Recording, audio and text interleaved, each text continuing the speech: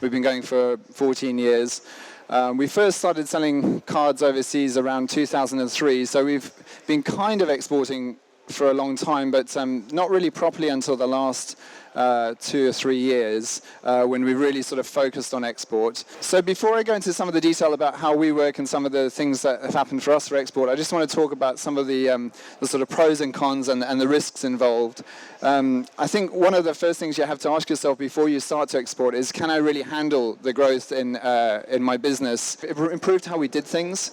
Because we were doing much larger volumes, we had to pay attention to our operational systems within the company, so that had a really positive impact. It's fantastic to think of our cards selling in Australia and Singapore and Hong Kong and Japan and all these other countries. It gives us a real sense of excitement. So how do you find these places to sell to? Well, there's a variety of ways that we've done over the years. I would really recommend reading all the main trade magazines. They often have articles in them on the different countries that you can sell to. Progressive Greetings is a very good example of one that every February they have one of those international sales managers talks about the pros and cons of various countries, how those countries are doing economically, how they're doing economically in relation to greeting cards or whichever product that you might be selling. Obviously UKTI, where I'm speaking today, they have reports that they do on various markets, and if they don't have a report, you can help. They can do one for you to analyze the sort of viability of your products in those marketplaces. And lastly, I would say, if you're doing it all yourself, you've got to watch your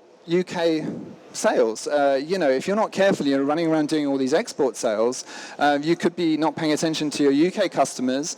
Because all these large volume orders are coming through, they can affect all your operational systems. So you're running around doing these large volume orders, but then your UK retailers are suddenly, their lead times going from a week to 2 weeks, sometimes to 3 weeks. And that's been one of the things that we've struggled with over these last couple of years, is just trying to stay on top of these lead times and make sure operationally we can cope with the extra sales.